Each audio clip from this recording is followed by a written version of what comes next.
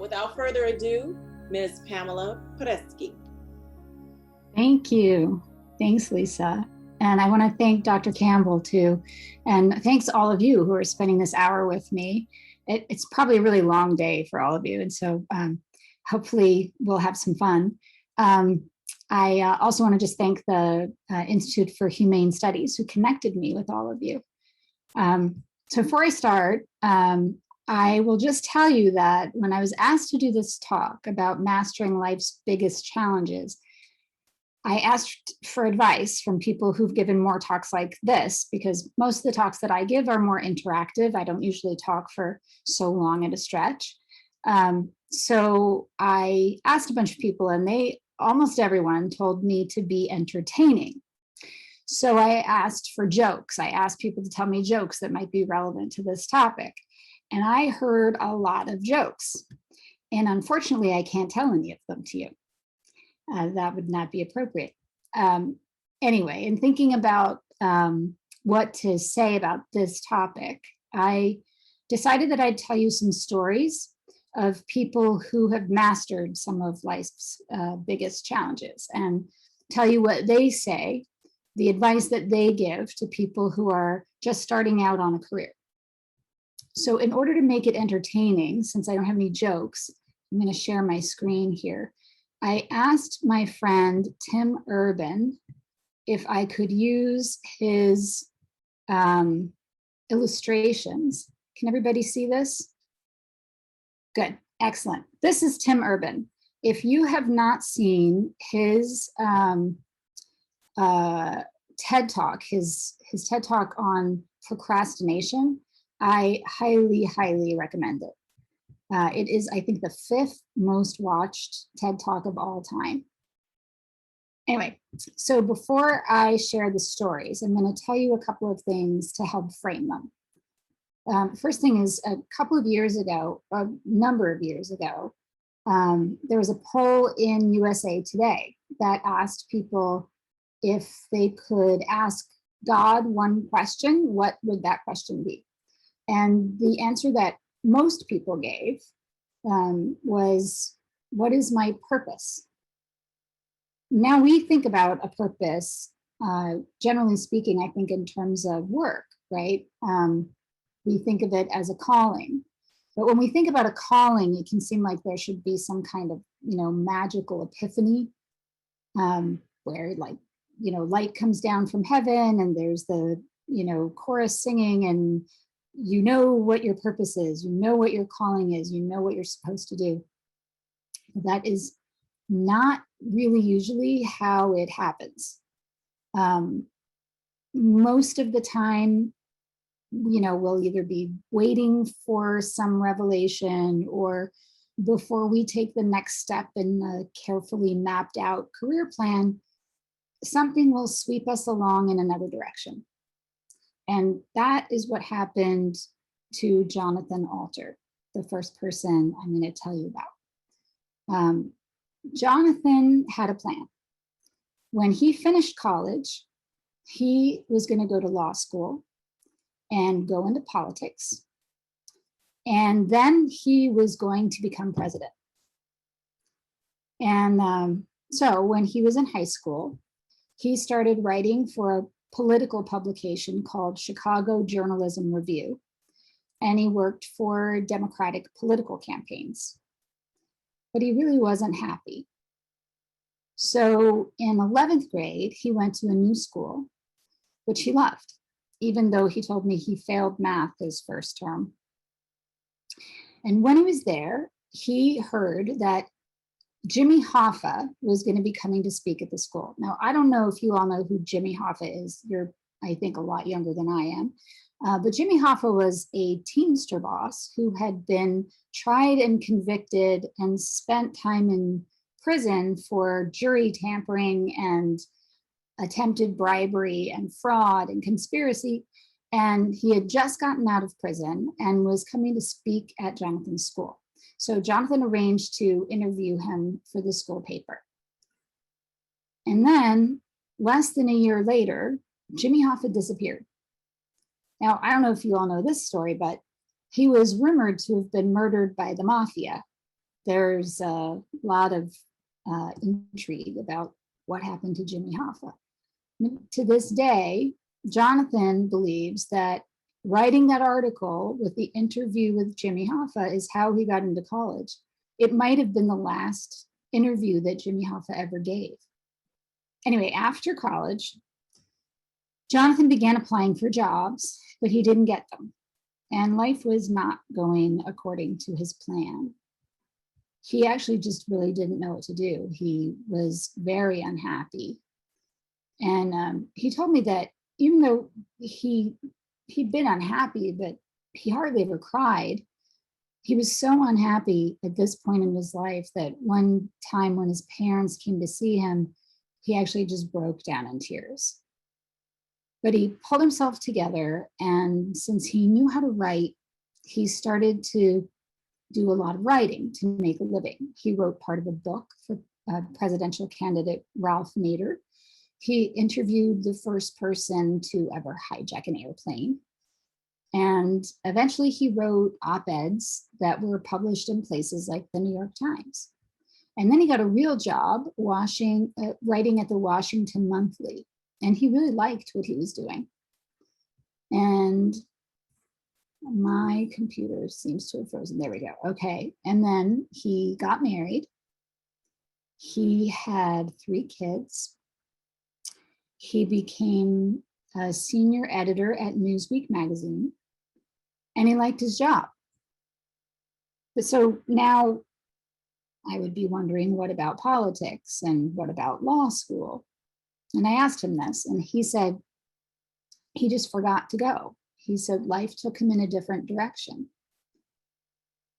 So one of the things that he did when he wrote for Newsweek and he spoke on TV about things was that he would write about presidential elections. And one day in 2004, he was supposed to analyze the end of John Edwards' presidential primary campaign. And he was sitting at a Starbucks in Penn Station in New York City when he got a phone call.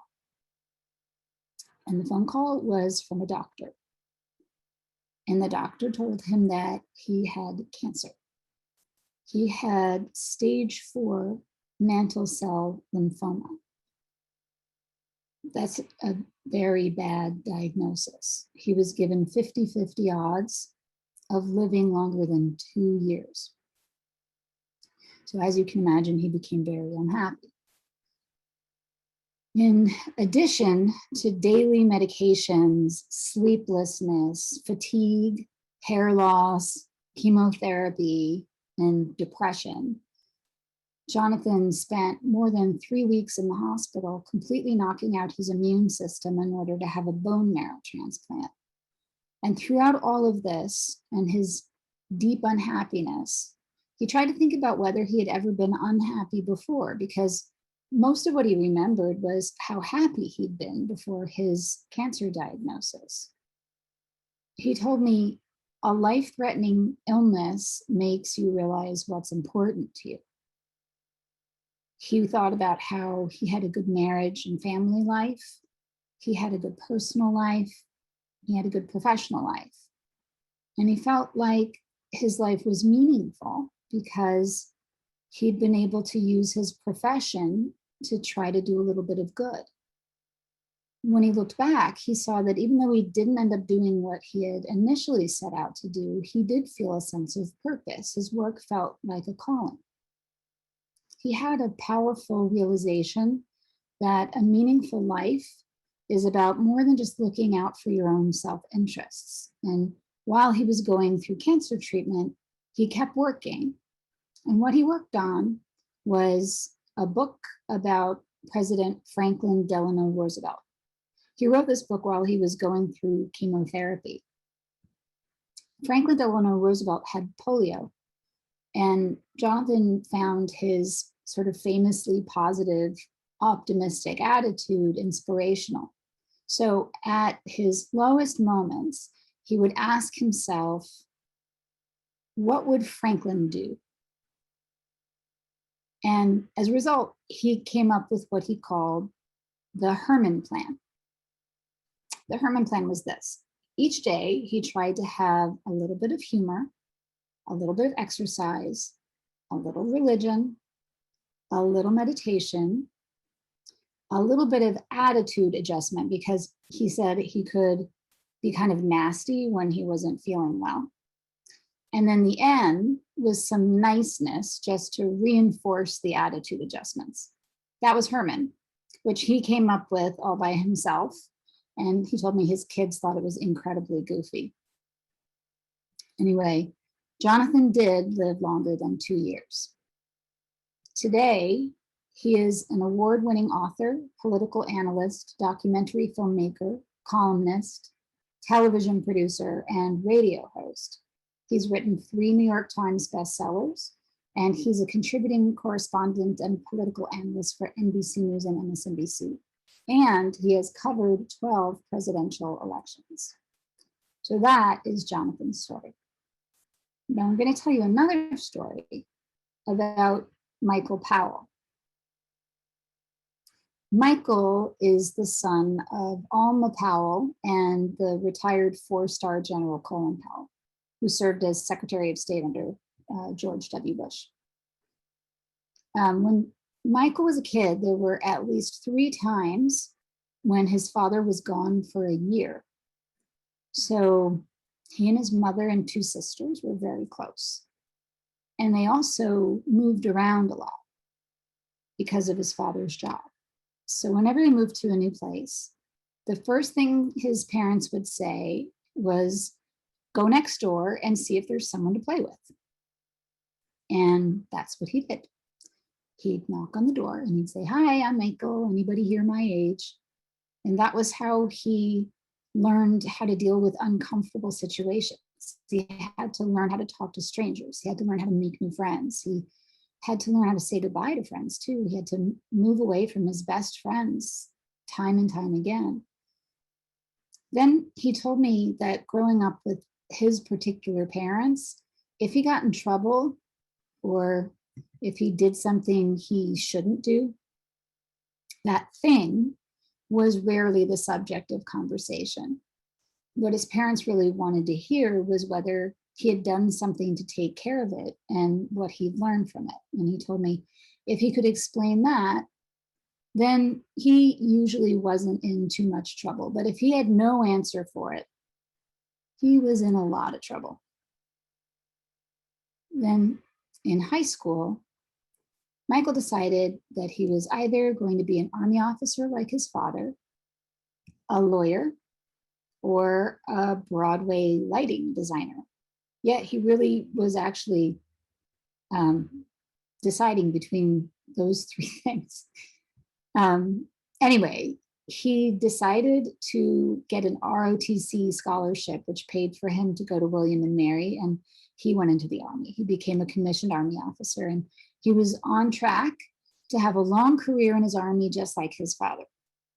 During the height of the Cold War, he was a 2nd lieutenant in the 2nd Armored Cavalry Regiment in Amberg, Germany.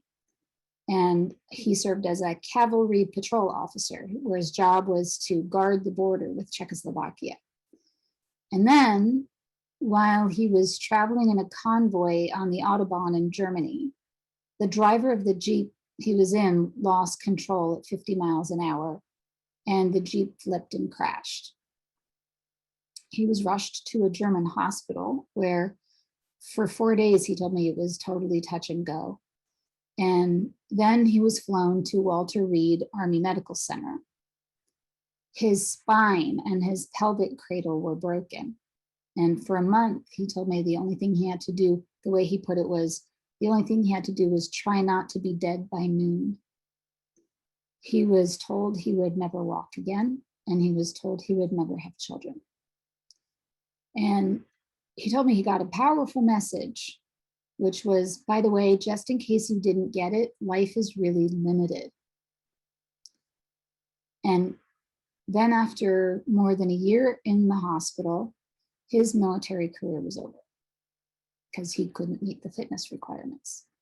But he was able to walk. And he got married, and he and his wife had 2 children. But he told me that probably the most formative lesson in his whole life is that you have to be able to change and adapt. The way he puts it is, life is not a straight path. So then he had to decide what he was going to do. Was he going to be a Broadway lighting designer? He first went to work for the Department of Defense, and then he went to law school. And eventually he got a job at the Department of Justice. And while he was there, President Clinton nominated him to the Federal Communications Commission. And then 3 years later, when he was 37, President Bush named him to be the chairman of the FCC. So you can tell he's gone through a bunch of things, and he's worked in a bunch of places, and he gives advice to a lot of people. And some of the advice that he gives to people who are just starting out is that for the first decade or so, he says, the job itself is less important than the people you work for. He says to find good people and work for them instead of worrying so much about what the job is, and find mentors and learn from them. One thing he told me he learned from the Army was about the responsibility of making decisions.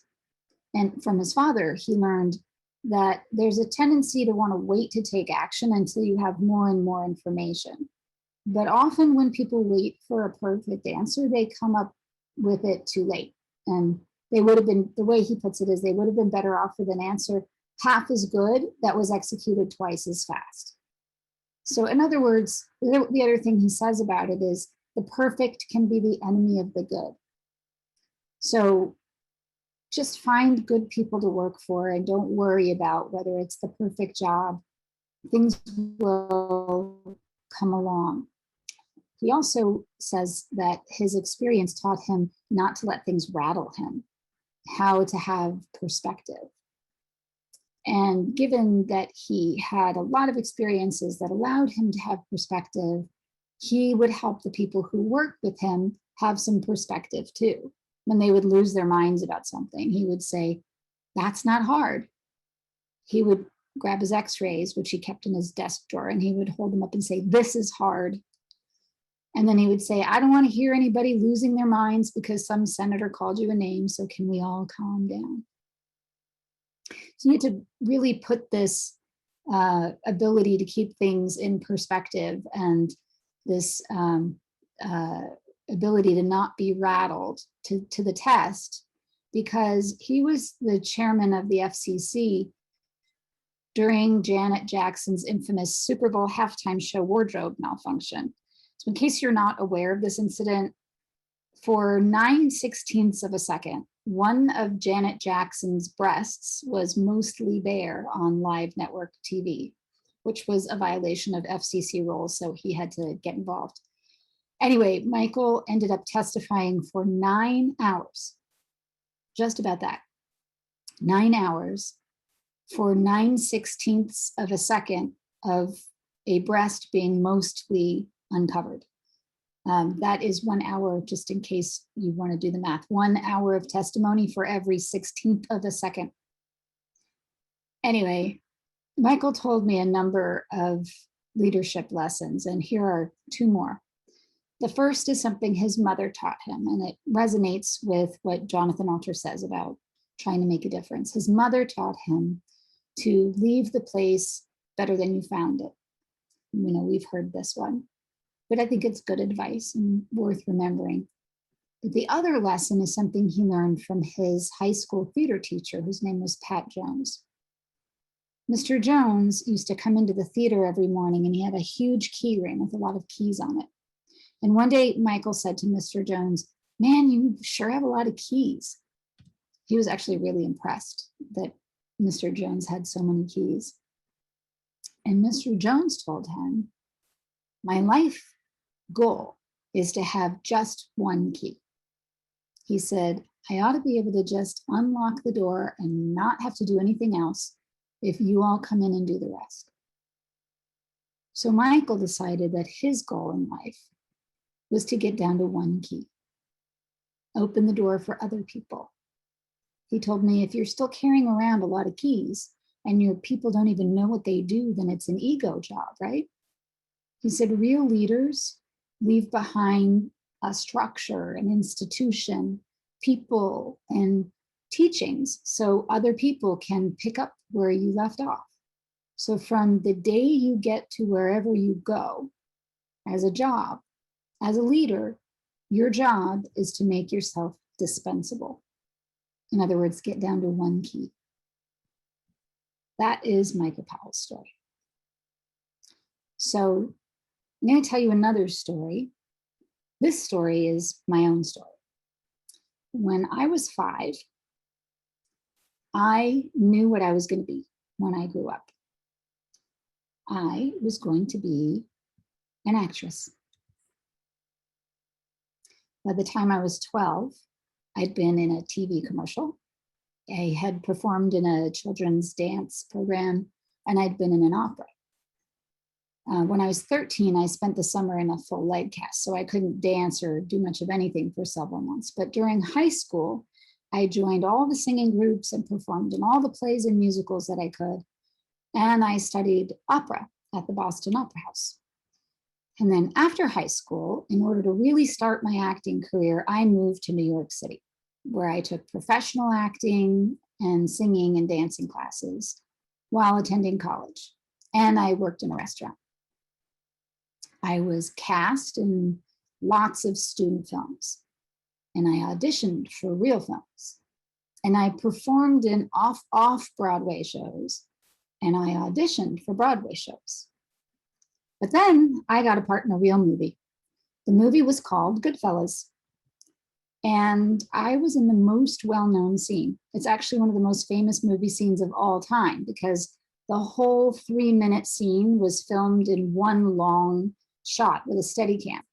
And all told, I think the day was something like 13 hours from when I arrived until they let us go home. But I'm going to show you the tiny little piece of the scene that I'm in. Okay, it's really short. Here we go.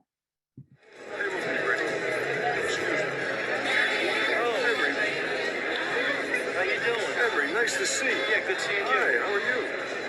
Anthony, right in the front. Great, thanks. Anything you need? Okay, that was it. You probably missed me because you probably blinked. So I'm gonna make it a little easier.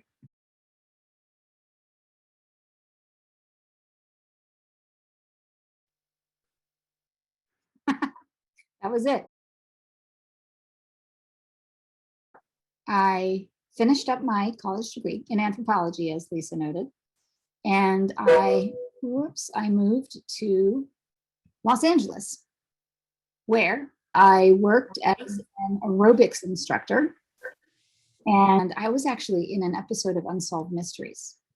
And eventually I got a big part in a low budget film.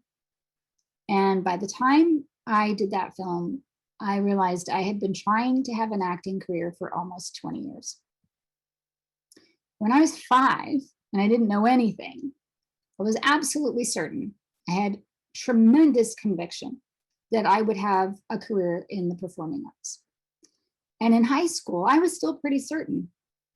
But by the time I graduated from college, I knew how hard it was to succeed. And although it was something I thought I would always want, for the first time, I was actually kind of confronted with the reality that it might not be something I could actually have. This is what is called expectations coming up against reality. So I figured I could try to have an acting career for the rest of my life and maybe have one, or I could have a career in something else. The realization that I had is that life is too short not to have what you want, but it's also too long to want what you can't have.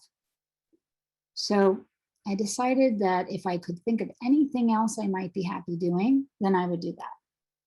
And pretty soon, I decided to get a master's degree in clinical psychology. To say that everyone was surprised that I decided to do that would be an understatement, because not only, did I tell everybody since I was 5 that I was going to be an actress, I actually didn't like school. There was really very little I liked about school. So that was surprising. And then what was even more surprising was that when I finished my master's degree, I decided to get another degree. So I moved to Chicago to get a PhD in psychology and human development. And soon after I finished my doctoral coursework, I got married and had kids. And it took a really long time for me to do the research and writing for my dissertation. In fact, it took 11 years from start to finish for me to get my degree. So are you getting bored? Because this is kind of a boring story. So I'm going to make the story a little more interesting. Do you remember I said that one summer I couldn't dance because I was in a full leg cast? I'm going to tell you that part of the story. One particular Friday in June of 1980, I was walking my bike across the street and I was hit by a car. And my leg was broken in two places. My head hit the windshield and I had glass everywhere. My nose was broken. My jaw was injured. Had a massive concussion and I lost so much blood I needed transfusions. And then a few days after being admitted to the hospital, it was discovered that I had a blood clot in my head and I had emergency surgery to remove it. And I found out afterwards that if they hadn't found it when they did, it's pretty likely I would not have survived.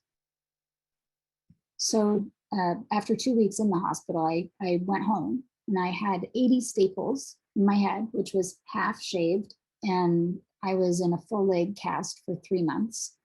And then I was in a half cast for another, 3 months or so. And I was 13. And the day that I was hit by a car was Friday the 13th. I'm sure you all know that Friday the 13th is an unlucky day. And as it turned out, it was pretty unlucky for me, right? After that day, I was mysteriously sick every Friday the 13th. I just didn't want to get out of bed.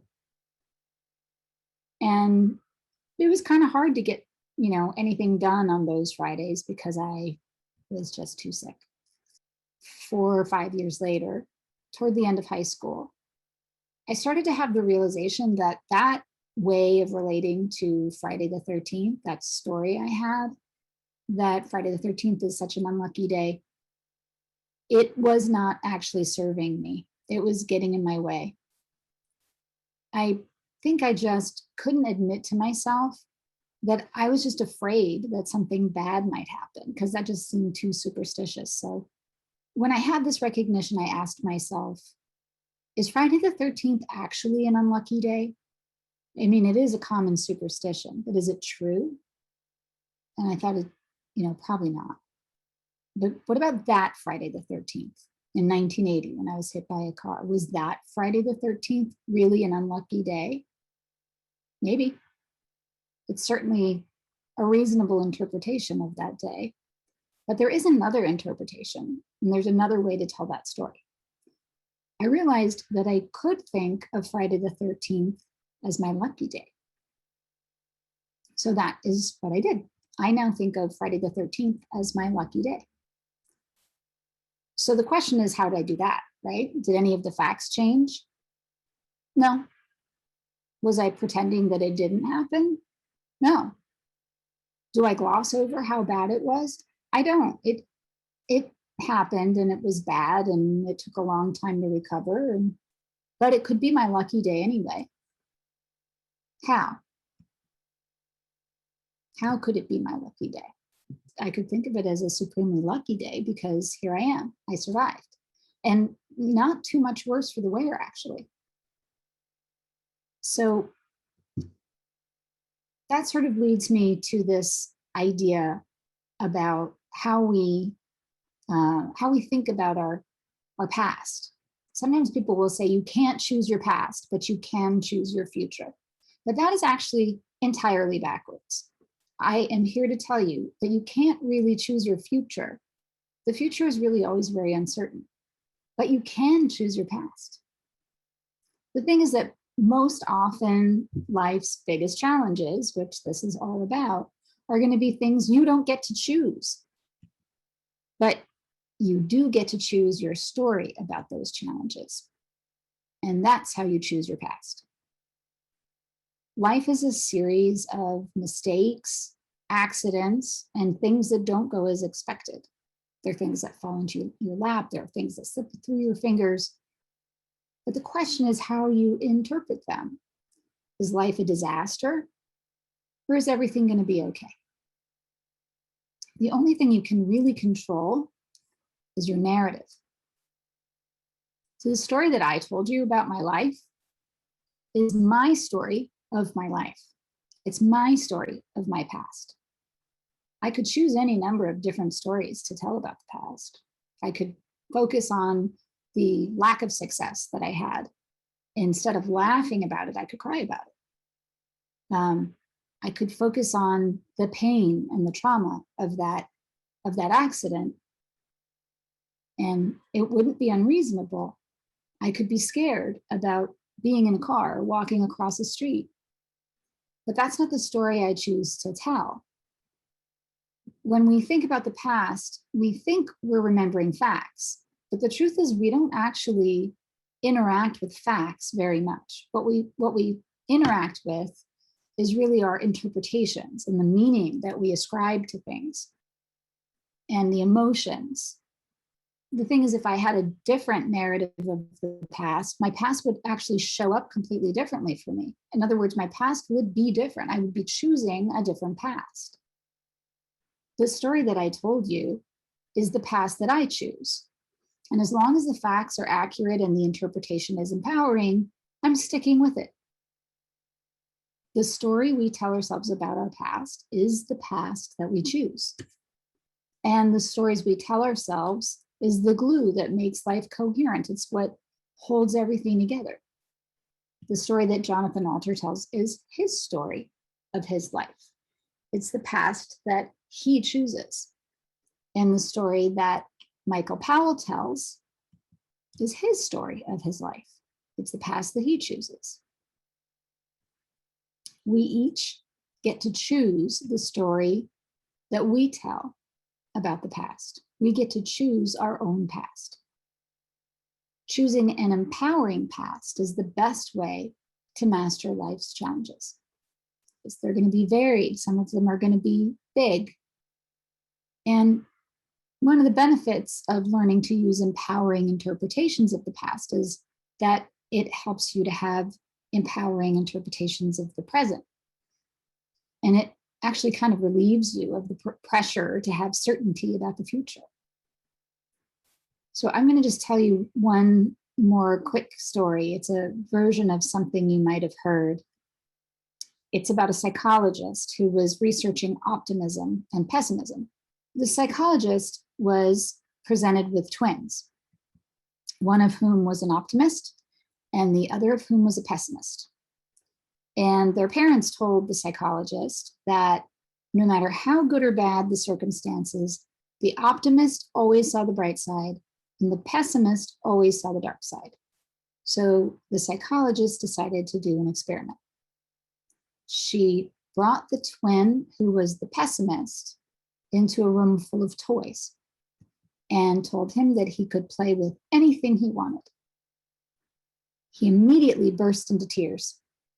He said he was afraid he would break something and then everyone would be mad at him and he'd get in trouble.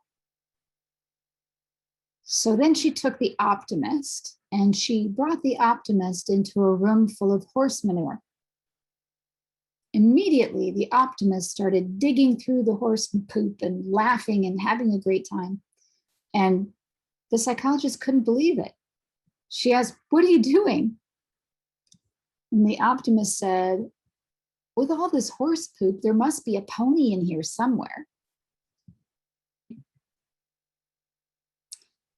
When you become practiced at choosing your past, at finding empowering interpretations of even the hardest things that life throws at you, you can face what will always be a somewhat uncertain future with anti-fragility, a sense that no matter what happens, not only will you be able to handle it, you'll grow from it. So my message is To master life's challenges, choose your past wisely. It will make all the difference.